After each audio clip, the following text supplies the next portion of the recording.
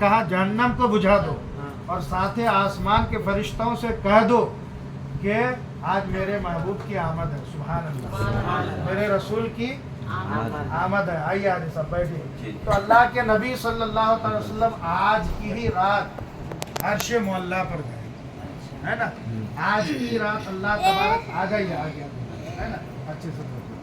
آج کی رات اللہ تبارک و تعالیٰ نے معراج میں نماز جیسے عظیم تحفہ اللہ تبارک و تعالیٰ نے عطا فرمایا, ہے نا.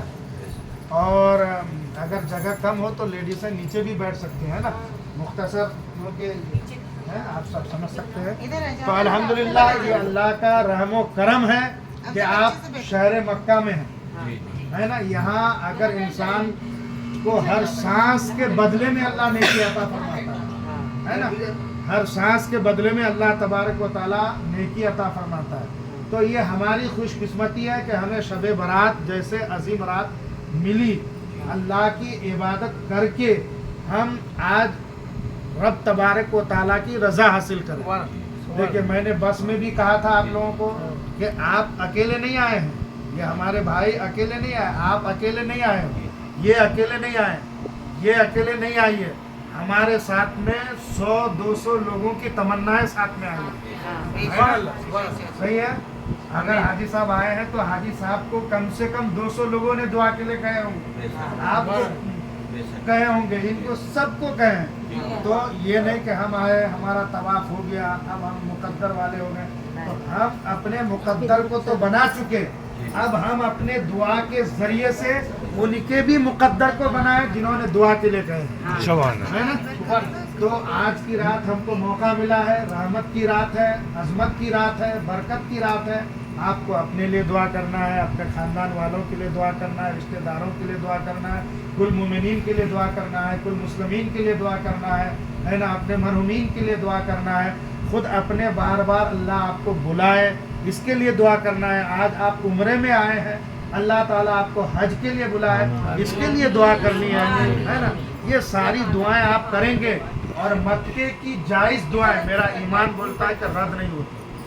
آ جائیے, مکے کی دعائیں رد نہیں ہوتی. بولیے سبحان اللہ. مکے میں جو بھی جائز دعائیں کرو گے نا, چاہے 1 سال بعد قبول ہو, چاہے 2 سال بعد قبول ہو, چاہے فوراً قبول ہو, انشاءاللہ دعائیں قبول ہوگی, ہے نا. اپنے ایمان کی دعا کرنا ہے.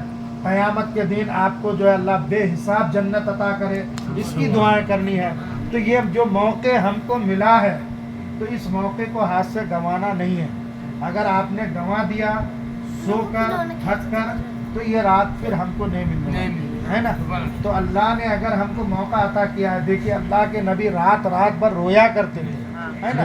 یہی غار حرا پہاڑی پہ آپ جب چڑھیں گے, ہم ابھی آئے ہیں 2 گھنٹہ 3 گھنٹہ چڑھ کے اترنے میں ہماری حالت خراب ہو جاتی, مگر نبی ہر دن چڑھا کرتے تھے.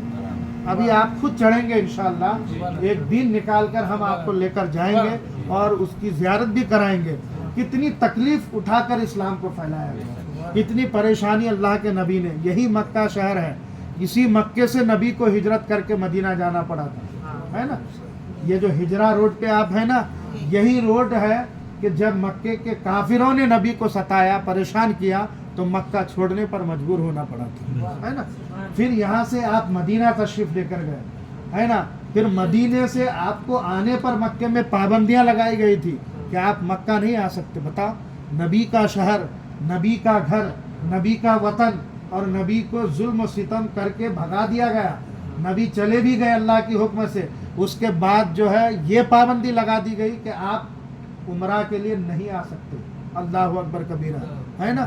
اب آپ بتائیے, اللہ کے نبی صلی اللہ علیہ وسلم پر پابندی لگا دی گئی کہ جس کعبے میں حضرت علی کی پیدائش ہوئی, جس کعبے کے آپ کے دادا حضرت عبد المطلب متولی تھے, ہے نا, ان کی چابیاں حضرت عبد المطلب کے پاس رہا کرتی تھی, مگر اس کعبے پر آنے سے رکاوٹ انہی کافروں نے کیا تھا. اور اللہ کے رسول صلی اللہ علیہ وسلم نے ایک مرتبہ صحابہ کرام کے ساتھ میں جب پھر عمرہ کے لیے آئے تو یہاں سے 10 کلومیٹر کے دوری پہ صلح حدیبیہ ہے. آپ نے سنا ہوگا کتابوں میں, صلح حدیبیہ. جب کافروں نے سنا کہ نبی عمرہ کے لیے تشریف لے کے آ رہے ہیں، تو ان لوگوں کو یہ لگا اچھا اس لیے ان لوگوں نے پابندی لگائی کہ نبی اگر آئیں گے تو کعبے کو فتح کر لیں گے، کعبے کی چابیاں یہ لے لیں گے، تو اسی لیے ان کو آنے سے روکا گیا۔ مگر اللہ کے نبی صلی اللہ تعالیٰ علیہ وسلم جو ہے جب صحابہ کرام کے ساتھ حدیبیہ کے مقام تک آئے، وہاں جا کر ابو سفیان اس وقت مسلمان نہیں ہوا تھا، ہے نا، ابھی مسلمان ہوئے بعد میں، اور جبکہ ابو سفیان حضور کے سسر لگتے رشتے میں، ان کی بیٹی نبی کے نکاح میں، باوجود اس کے اس وقت وہ مکے کا سردار تھا ابو سفیان، جو ہے وہاں جانے کے بعد ان کو روک دیا گیا۔ ایک دن، 2 دن، 3 دن صحابہ کرام جذبات میں آ گئے کہ یا رسول اللہ ہم آئے ہیں مدینے سے احرام باندھ کر اور طواف کے لیے، اور یہ ہمیں روک رہے ہیں جانے سے، ہے نا۔ زارو قطار رونے لگے، زارو قطار جو ہے صحابہ کرام رونے لگے۔ اب بتائیے کہ اگر کسی آدمی کو مکہ جدہ ایئرپورٹ سے واپس کر دیا جاتا تو کتنی دقت ہوتی، کتنی پریشانی ہوتی، ہے نا، کہ ہم نے اتنے 100 جتن سے وہاں سے آئے، بے عزتی کی بات چھوڑیے، ہے نا، کہ نہیں ہم کو لوگ کیا کہیں گے وہ چھوڑیے، مگر واپس کر دیے جانے سے ہمارے دل پہ کیا گزرتا ہے۔ تو اسی طرح صحابہ کرام اور ساتھ میں اللہ کے نبی حدیبیہ کے مقام پر روک دیا گیا کہ آپ جا نہیں سکتے، آپ کو عمرہ کے لیے ہم جانے نہیں دیں گے۔ آخر کار اللہ کے رسول 1 دن ہو گئے، 2 دن ہو گئے، 3 دن ہو گئے، پھر اللہ کے نبی صلی اللہ علیہ وسلم سے سمجھوتا کیا گیا، ہے نا۔ سمجھوتے میں یہ بات آئی کہ اس سال آپ عمرہ کے لیے نہیں جاؤ گے، اجازت 1 سال کے بعد کا ہوگا۔ اللہ اکبر، ہے نا۔ تو آج ہم اور آپ جو آئے ہیں تو ہمارے ساتھ بکری نہیں ہے،